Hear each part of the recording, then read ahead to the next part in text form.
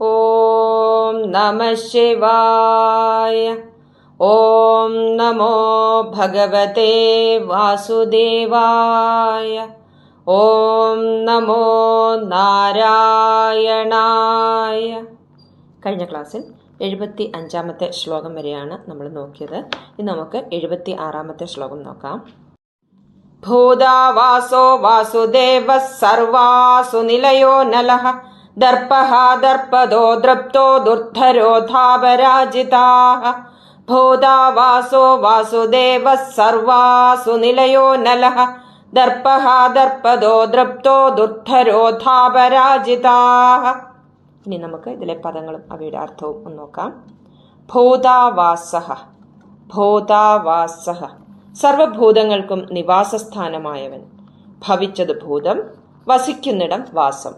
എല്ലാ ഭൂതങ്ങളും ഭഗവാനിൽ വസിക്കുന്നു.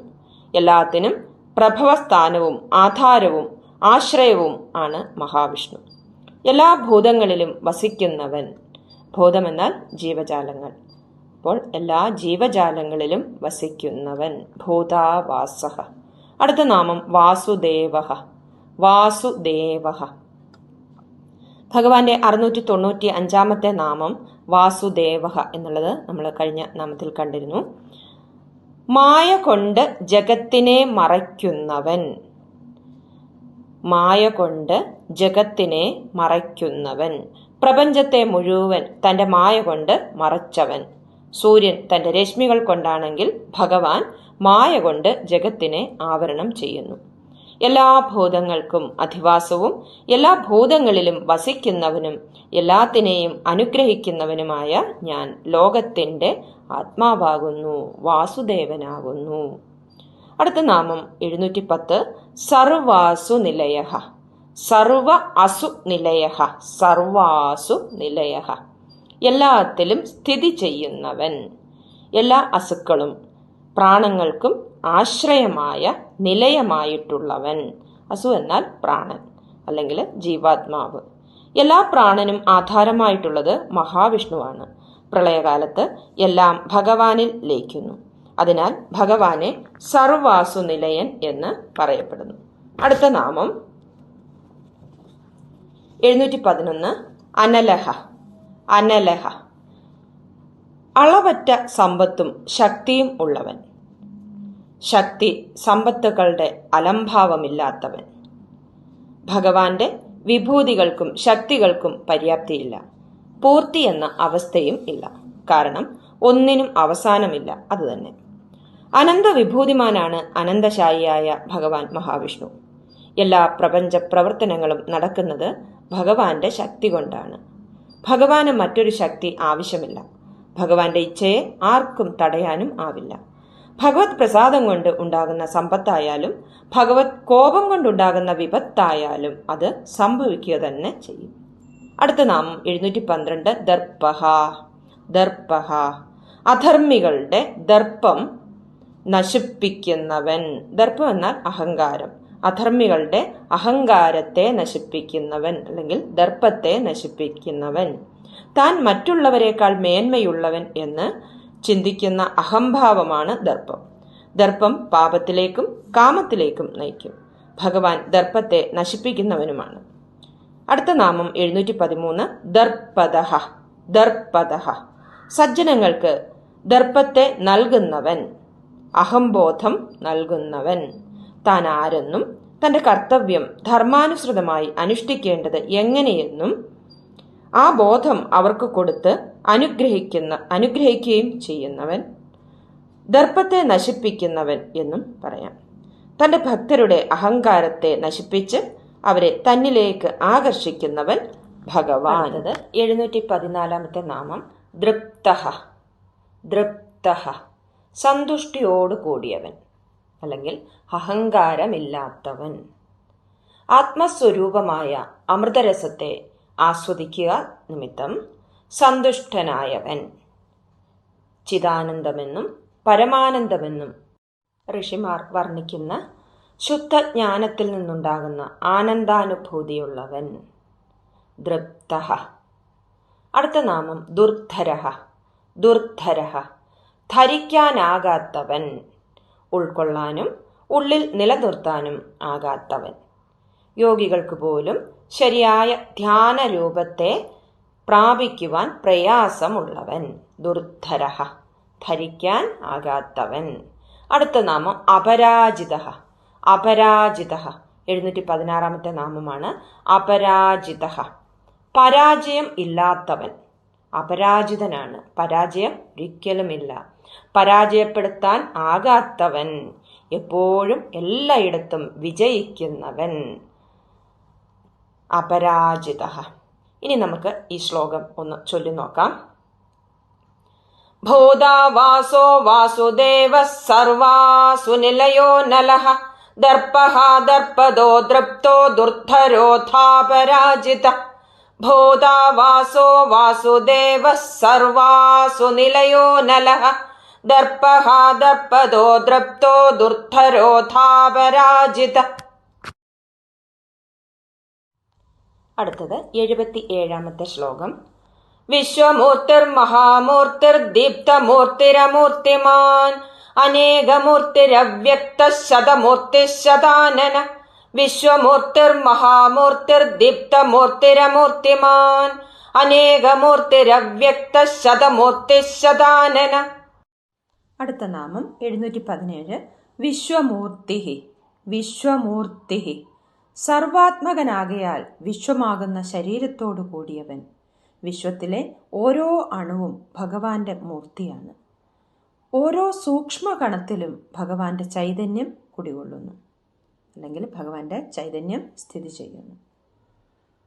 അടുത്ത നാമം മഹാമൂർത്തിഃ. 718. മഹാമൂർത്തിഃ, വളരെ വലിപ്പവും മാഹാത്മ്യവും ഉള്ള മൂർത്തിയുള്ളവൻ. അനന്തനാകുന്ന ശയ്യയിൽ ശയിക്കുന്ന വലിയ മൂർത്തിയോട് കൂടിയവൻ. മഹാമൂർത്തിഃ. അടുത്ത നാമം ദീപ്തമൂർത്തിഃ. ദീപ്തമൂർത്തിഃ, ദീപ്തമായ ശരീരത്തോടു കൂടിയവൻ, പ്രകാശമാനമായ മൂർത്തിയുള്ളവൻ. ഭഗവാൻ പ്രഭാമയനാണ്.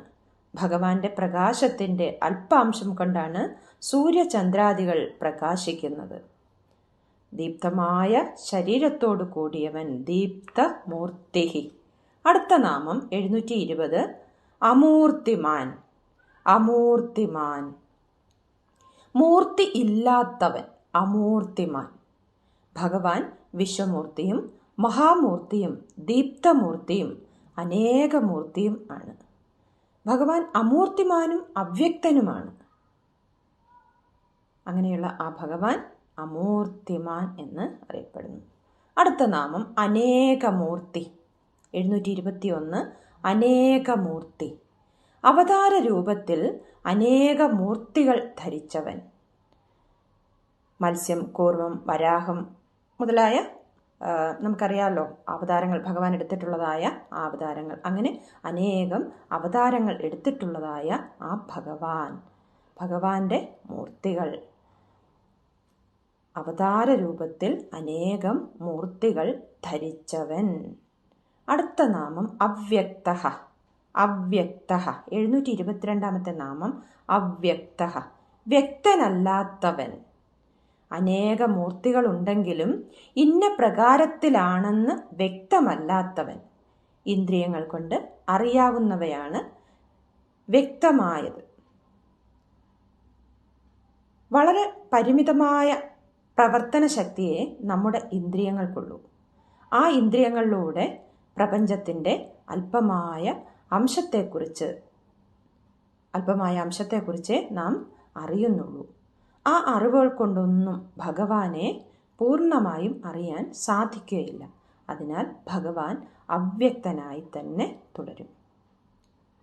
അടുത്ത നാമം ശതമൂർത്തിഃ. ശതമൂർത്തിഃ 723 നാമം ശതമൂർത്തിഃ, അനേകം മൂർത്തികൾ ഉള്ളവൻ, അസംഖ്യം രൂപങ്ങളുള്ളവൻ.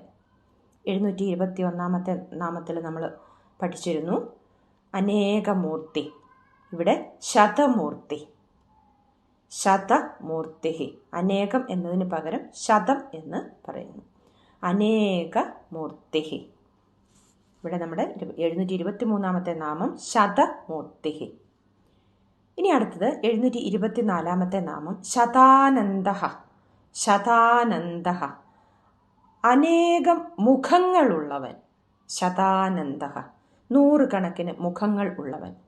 ശതമൂർത്തിയായ ഭഗവാൻ ശതമുഖനുമാണ്. സർവസാക്ഷിയായ ഭഗവാന്റെ മുഖങ്ങൾ എല്ലായിടത്തും ഉണ്ട്. അങ്ങനെയുള്ള ഭഗവാൻ ശതാനനഃ. ഇനി നമുക്ക് ഈ ശ്ലോകത്തിൻ്റെ മുഴുവനായിട്ടുള്ള അർത്ഥം ഒന്ന് നോക്കാം.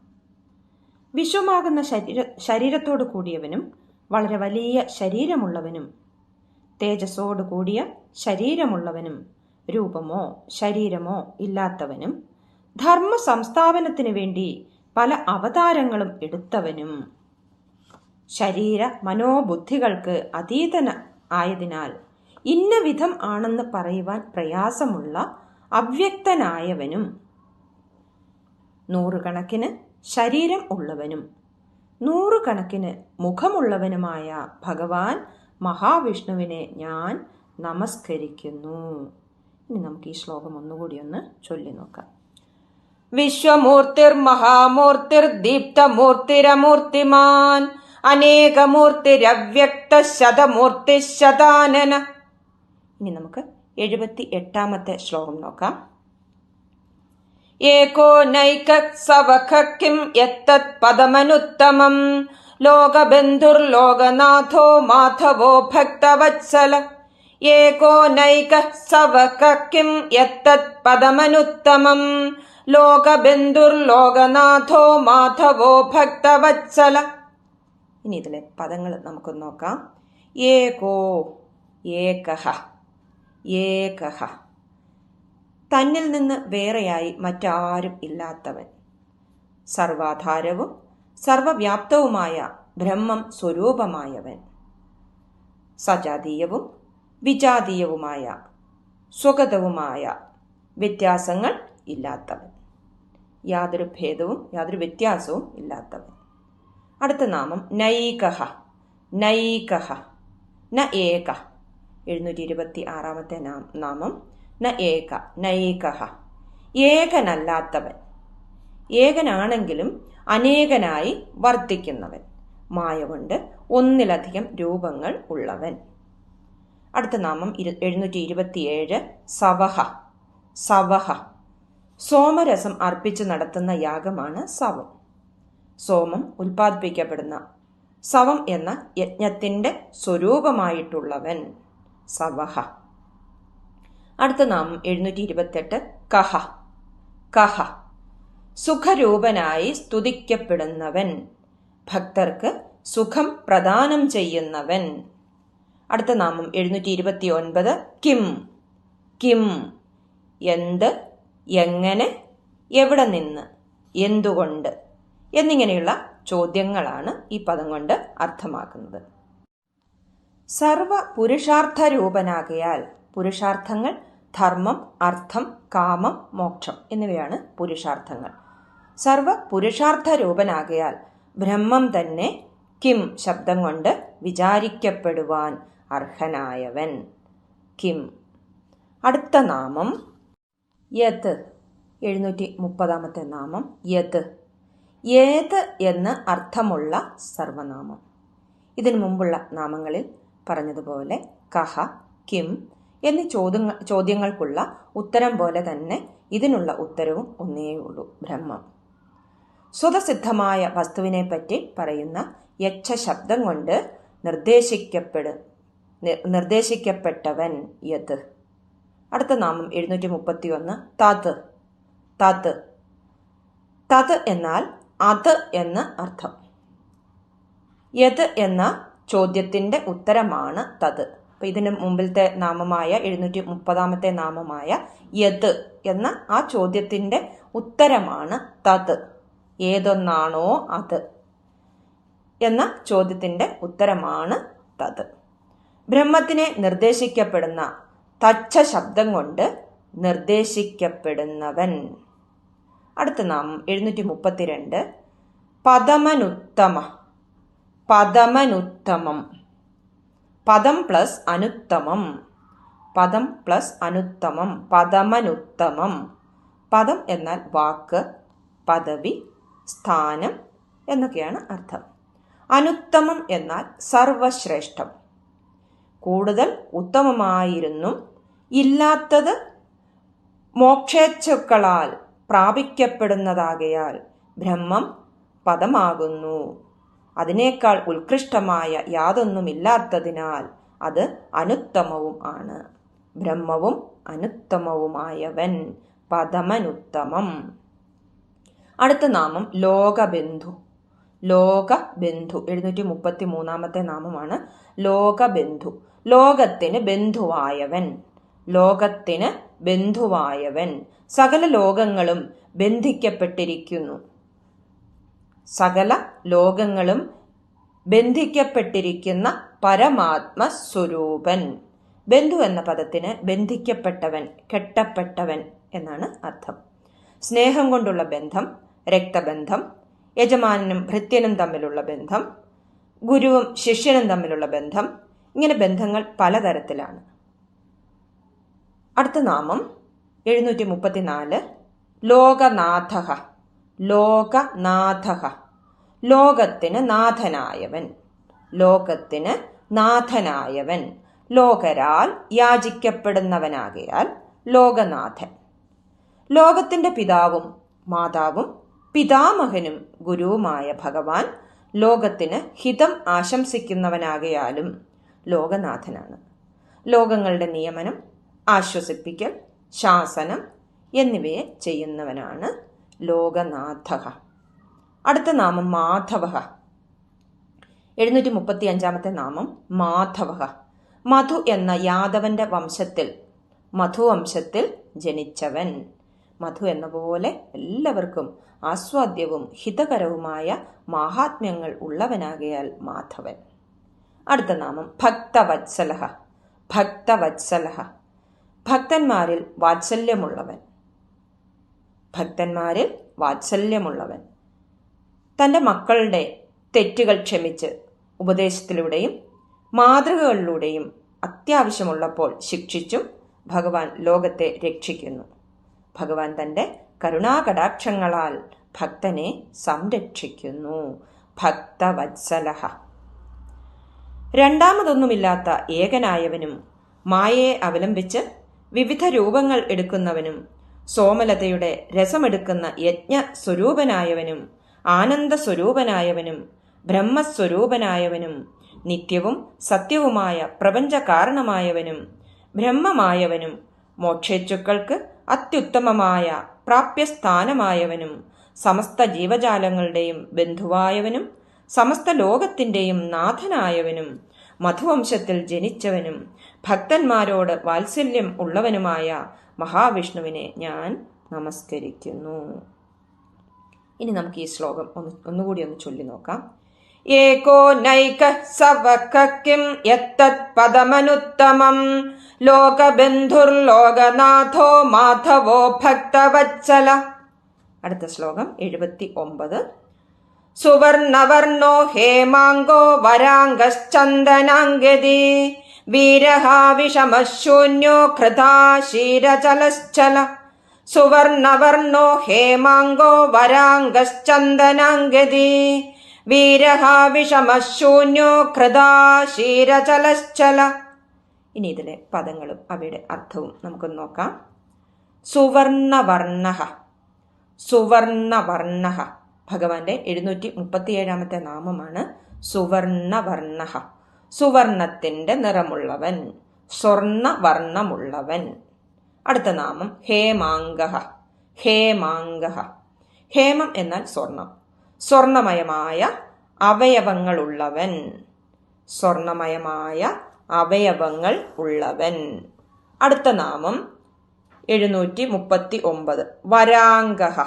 വരാംഗഃ വരങ്ങളായ അംഗങ്ങൾ ഉള്ളവൻ. വരങ്ങളായ അംഗങ്ങൾ ഉള്ളവൻ. വരാംഗഃ ശ്രേഷ്ഠമായ അവയവങ്ങൾ ഉള്ളവൻ. അടുത്ത നാമം 740 ചന്ദനാംഗതി. ചന്ദനാംഗതി ചന്ദനാംഗതം അണിഞ്ഞവൻ.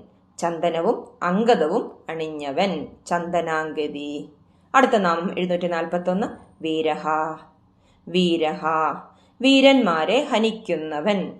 വീരന്മാരെ ഹനിക്കുന്നവൻ വീരഹ. ധർമ്മ സംരക്ഷണത്തിനു വേണ്ടി വീരന്മാരെ ഹനിച്ചവൻ. അടുത്ത നാമം വിഷമഹ. വിഷമഹ സമനായി മറ്റാരും ഇല്ലാത്തവൻ.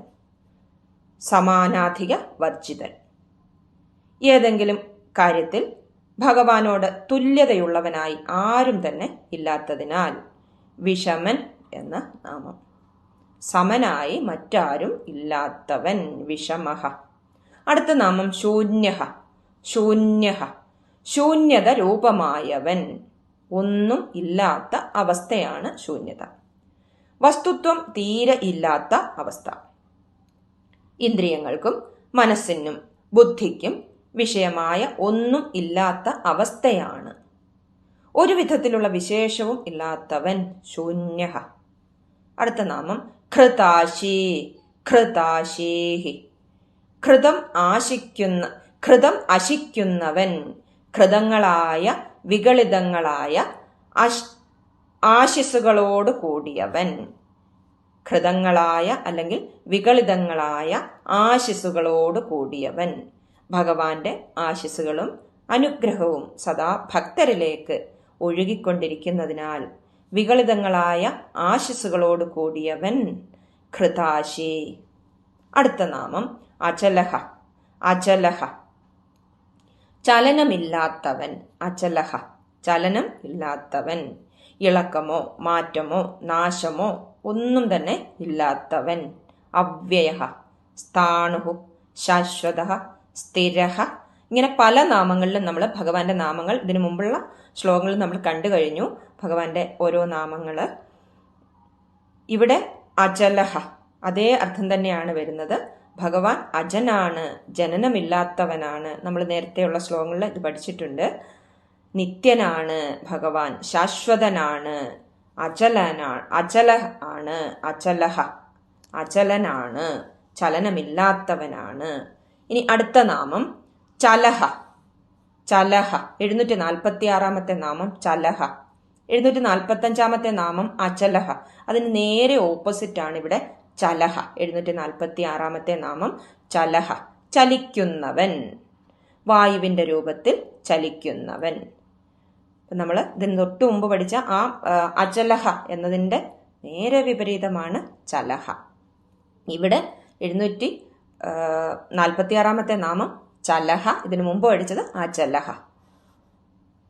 വായുരൂപത്തിൽ ചലിക്കുന്നതിനാൽ ചലൻ. ഭക്തരെ അനുഗ്രഹിക്കാനായി പല രൂപങ്ങൾ സ്വീകരിച്ച് അതിവേഗം ചലിക്കുന്നവനുമാണ് ഭഗവാൻ. സ്വർണത്തിന്റെ നിറമുള്ളവനും സ്വർണ്ണ നിറമുള്ള അവയവങ്ങൾ ഉള്ളവനും ശ്രേഷ്ഠമായ അവയവങ്ങളോട് കൂടിയവനും ദേഹം മുഴുവനും സുഗന്ധം നിറഞ്ഞ ചന്ദനം പൂശിയവനും വീരശൂരന്മാരായ ദുഷ്ടന്മാരെയും ആന്തരിക ശത്രുക്കളായ രാഗദ്വേഷാദികളെയും നശിപ്പിക്കുന്നവനും തുല്യനായി മറ്റൊരാൾ ഇല്ലാത്തവനും ജാതി ലിംഗാദി വിശേഷങ്ങൾ ഒന്നും ഇല്ലാത്തവനും ആഗ്രഹങ്ങളും പ്രാർത്ഥനകളും ഇല്ലാത്തവനും ആരുടെയും ആശംസകൾ ആവശ്യമില്ലാത്തവനും യാതൊരു ഇളക്കവും ചലനവും ഇല്ലാത്തവനും വായുരൂപേണ ചലിക്കുകയും ചലിപ്പിക്കുകയും ചെയ്യുന്നവനുമായ മഹാവിഷ്ണുവിനെ ഞാൻ നമസ്കരിക്കുന്നു. ഇനി ഈ ശ്ലോകം നമുക്കൊന്ന് ചൊല്ലി നോക്കാം. സുവർണവർണോ ഹേമാംഗോ വരാംഗശ്ചന്ദനാംഗതി വീരഃ വിഷമശൂന്യോ ഘൃതാശീരജലശ്ചല. ഇനി 80 ശ്ലോകം നോക്കാം. അമാനീമാനദോ മാന്യോ ലോകസ്വാമി ത്രിലോകധൃക് സുമേധാ മേധജോ ധന്യഃ സത്യമേധാധരാധര. അമാനീമാനദോ മാന്യോ ലോകസ്വാമി ത്രിലോകധൃക് സുമേധാ മേധജോ ധന്യഃ സത്യമേധാധരാധര. ഇനി ഇതിലെ പദങ്ങൾ നമുക്ക് നോക്കാം. അമാനി. അമാനി മാനം ഇല്ലാത്തവൻ, ആത്മാഭിമാനം ഇല്ലാത്തവൻ. ഞാനെന്നും എനിക്കെന്നുമുള്ള മിഥ്യാബോധമാണ് ആത്മാഭിമാനം. ഞാനെന്ന ഭാവം ഇല്ലാത്തതിനാൽ അമാനിയാണ് ഭഗവാൻ. അടുത്ത നാമം മാനദഃ. മാനദഃ മാനം നൽകുന്നവൻ. സത്പ്രവൃത്തിക്കുള്ള പ്രേരണ മാനമാണ്. ഭക്തന്മാർക്ക് സൽക്കാരവും മാനവും കൊടുക്കുന്നവൻ. ഇത് എനിക്ക് കഴിയും, ഇത് എൻ്റെ കടമയാണ്, അതിനുവേണ്ടി ഞാൻ പ്രയത്നിക്കും എന്ന് ആത്മാർത്ഥതയോടെ സ്വാർത്ഥമോഹങ്ങൾ ഇല്ലാതെ പ്രവർത്തിക്കുന്നവർക്ക് ഭഗവാൻ യശസ്സും ഐശ്വര്യവും ആരോഗ്യവും നൽകി അനുഗ്രഹിക്കും. അടുത്ത നാമം മാന്യഃ. മാന്യഃ, മാനിക്കപ്പെടേണ്ടവൻ. എല്ലാവരുടെയും ഈശ്വരനാകയാൽ എല്ലാവരാലും ബഹുമാനിക്കപ്പെടേണ്ടവനും പൂജിക്കപ്പെടേണ്ടവനും ആയവൻ.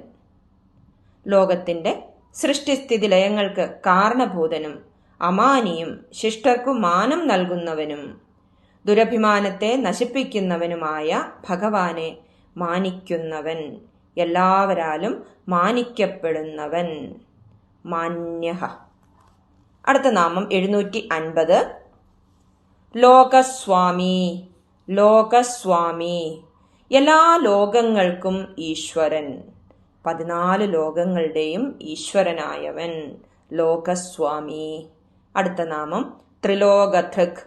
ത്രിലോകധൃക്, 3 ലോകങ്ങളെയും ധരിക്കുന്നവൻ. 3 ലോകങ്ങളെയും ധരിക്കുന്നവൻ, ത്രിലോകധൃക്. അടുത്ത നാമം 752. സുമേധാഹ. സുമേധാഹ, സുമേധ. സുമേധ, സുമേധാഹ, ശോഭനമായ മേധ. ശോഭനമായ മേധയോട് കൂടിയവൻ. ത്യാജ്യഗ്രാഹ്യ വിവേചനമുള്ള, വേണ്ടത് മാത്രം ഓർത്തുവയ്ക്കുന്ന മേധയാണ് സുമേധ. അടുത്ത നാമം 753. മേധജഃ. മേധജഃ, മേധത്തിന് യജ്ഞം എന്ന് അർത്ഥമുണ്ട്. മേധത്തിൽ നിന്ന് അല്ലെങ്കിൽ യജ്ഞത്തിൽ നിന്ന് ഉണ്ടാകുന്നവൻ. മേധജഃ, യജ്ഞവും യജ്ഞാഗ്നിയും യജ്ഞത്തിൽ നടക്കുന്ന ആഹുതിയും യജ്ഞത്തിന്റെ യജമാനനും യജ്ഞഫലവും എല്ലാം വിഷ്ണു ഭഗവാൻ തന്നെ ആണ്. അടുത്ത നാമം ധന്യഃ. ധന്യഃ, ധനം പ്രദാനം ചെയ്യുന്നവൻ, മംഗളത്തെ നൽകുന്നവൻ, കൃതാർത്ഥനായവൻ. മനുഷ്യന് ധനവും ഐശ്വര്യവും മംഗളവും ഉണ്ടാകുന്നത് ഭഗവാന്റെ കാരുണ്യവും അനുഗ്രഹവും കൊണ്ടാണ്. ഭഗവാന്റെ അനുഗ്രഹവും അല്ലെ കാരുണ്യമില്ലെങ്കിൽ നമുക്ക് ഒന്നും തന്നെ നേടാൻ സാധിക്കുകയില്ല. അടുത്ത നാമം സത്യമേധാഹ. സത്യമേധാഹ, മേധ, സത്യം, സഫലമായവൻ. സത്യം തന്നെയാണ് സുന്ദരവും ശോഭനവുമായുള്ളത്. ഒരിക്കലും പിഴവു പറ്റാത്ത മേധയുള്ളവൻ, സത്യമേധാഹ. അടുത്ത നാമം ധരാധരഃ. ധരാധരഃ, ധരയെ ധരിക്കുന്നവൻ. ധരയെ ധരിക്കുന്നവൻ, ധരാധരഃ. ജീവനെയും ജീവികളെയും ധരിക്കുന്നത് കൊണ്ട് ഭൂമിയെ ധര എന്ന് വിളിക്കുന്നു. ധരിക്കുക എന്നാൽ താങ്ങുക, രക്ഷിക്കുക, ഭരിക്കുക എന്നൊക്കെയാണ് അർത്ഥം. ആദിശേഷൻ മുതലായ അംശങ്ങളെ കൊണ്ട് ഭൂമിയെ ധരിക്കുന്നവൻ, ധരാധരഃ. ഇനി നമുക്ക് ഈ ശ്ലോകം ഒന്നുകൂടി ഒന്ന് ചൊല്ലി നോക്കാം. അമാനീ മാനദോ മാന്യോ ലോകസ്വാമി ത്രിലോകധൃക് സുമേധാ മേധജോ ധന്യഃ സത്യമേധാധരാധര. ഇനി നമുക്ക് ഇന്ന് പഠിച്ച ശ്ലോകങ്ങൾ 76 മുതൽ 80 വരെയുള്ള ശ്ലോകങ്ങൾ ഒന്നുകൂടി ഒന്ന് ചൊല്ലി നോക്കാം. ഭൂതാവാസോ വാസുദേവഃ സർവാസു നിലയോ നലഃ ദർപ്പഃ ദർപ്പദോ ദൃപ്തോ ദുർധരോധാപരാജിത വിശ്വമൂർത്തിർമഹാമൂർത്തിർദീപ്തമൂർത്തിരമൂർത്തിമാൻ അനേകമൂർത്തിരവ്യക്തഃ ശതമൂർത്തിഃ ശതാനന ഏകോ നൈകഃ സവകഃ കിം യത്തത് പദമനുത്തമം ലോകബന്ധുർലോകനാഥോ മാധവോ ഭക്തവത്സല സുവർണവർണോ ഹേമാംഗോ വരാംഗശ്ചന്ദനാംഗദീ വീരഃ വിഷമശൂന്യോ ഘൃതാശീരചലശ്ചല അമാനീ മാനദോ മാന്യോ ലോകസ്വാമി ത്രിലോകധൃക് സുമേധാ മേധജോ ധന്യഃ സത്യമേധാധരാധര. ഓം നമഃ ശിവായ.